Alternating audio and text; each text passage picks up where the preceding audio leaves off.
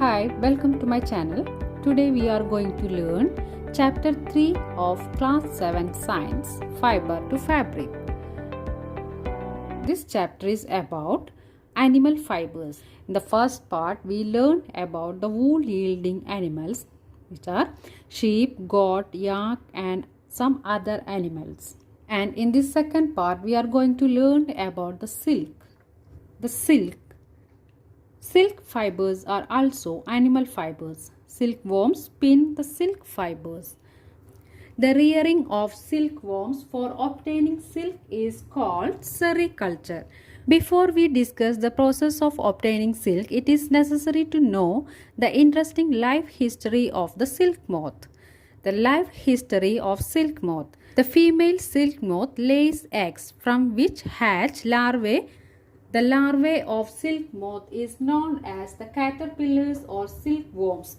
They grow in size, and when the caterpillar is ready to enter the next stage of its life history, then it is known as pupa. It first weaves a net to hold itself. Then it swings its head from side to side. During these movements of the head, the caterpillar secretes fiber made of protein, which hardens on exposure to air and becomes silk fiber. The caterpillar completely covers itself by silk fibers and turns into pupa. And this covering of silk fibers is known as cocoon. The further development of the pupa into moth continues inside the cocoon. Silk fibers are used for weaving silk cloth. The silk yarn is as strong as a comparable thread of steel. The silk yarn or thread is obtained from the cocoon of the silk moth. There is a variety of silk moths which look very different from one another, and the silk yarn they yield is different in texture, that is coarse, smooth, shiny, etc. Thus, tussar silk, mukha silk, kosa silk, etc. are obtained from cocoons spun by different types of moths. The most common silk moth is the mulberry silk moth, and the silk fiber from the cocoon of this moth is soft, lustrous and elastic and can be dyed in beautiful colors. Sericulture or culture of silkworms is very old occupation in India. India produces plenty of silk on a commercial scale. India has the unique distinction of being the only country producing all the 5 kinds of silk, namely mulberry, airy, muga, tropical tussar and temperate tussar. Among them, mulberry silk is the most popular variety, which contributes around 79% of the country's silk production. Take an artificial silk thread and a pure silk thread. Burn these threads carefully. Did you notice any difference in the smell while burning? Burn both the fabrics separately. The fabric which burns giving a smell of burning paper will be artificial silk. Just like silk, wool is also made up of proteins. So, a piece of woolen fabric also burns giving the smell of burning hair. Silk burns but does not melt. From cocoon to silk. For obtaining silk, moths are reared and their cocoons are collected to get silk threads. Rearing of silkworms. A female silk moth lays hundreds of eggs at a time. The eggs are stored carefully on strips of cloth or paper and sold to silkworm farmers.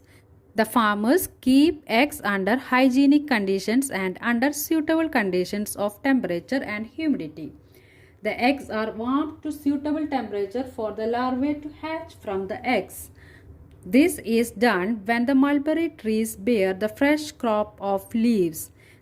The larvae, called caterpillars or silkworms, eat day and night and increase enormously in size.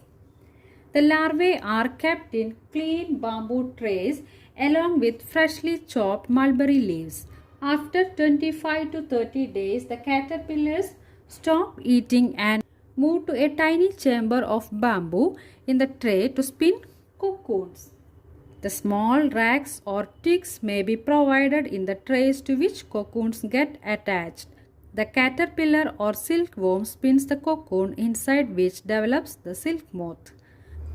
Processing of silk. A pile of cocoons is used for obtaining silk fibers. The cocoons are kept under the sun or boiled or exposed to steam. The silk fibers separate out. The process of taking out threads from the cocoon for use as silk is called reeling the silk. Reeling is done in special machines which unwind the threads or fibers of silk from the cocoon. Silk fibers are then spun into silk threads which are woven into silk cloth by weavers. Discovery of silk. Here is a story. The discovery of silk. The exact time of discovery of silk is perhaps unknown. According to an old Chinese legend, the Empress Si Lung Qi was asked by the Emperor Huang Ti to find the cause of the damaged leaves of mulberry trees growing in their garden. The Empress found white worms eating up mulberry leaves. She also noticed that they were spinning shiny cocoons around them. Accidentally, a cocoon dropped into her cup of tea and tangle of delicate threads separated from the cocoon. Silk industry began in China and was kept a closely guarded secret for hundreds of years. Later on, traders and travelers introduced silk to other countries. The route they traveled is still called the Silk Route. Here, what we learned in this chapter. Silk comes from silkworms and wool is obtained from sheep, goat and yak. Hence, silk and wool are animal fibers. The hairs of camel, llama and alpaca are also processed to yield wool. In India, mostly sheep are reared for getting wool. Sheep hair is sheared off from the body, scoured, sorted, dried, dyed, spun and woven to yield wool. Silkworms are caterpillars of silk moth. During their life cycle, the worms spin cocoons of silk fibers. Silk fibers are made of a protein. Silk fibers from cocoons are separated out and reeled into silk threads. Weavers weave silk threads into silk cloth. This is the end of Chapter 3, Fiber to Fabric. Class 7 Science. If you like this video, please like, share and subscribe. Thank you.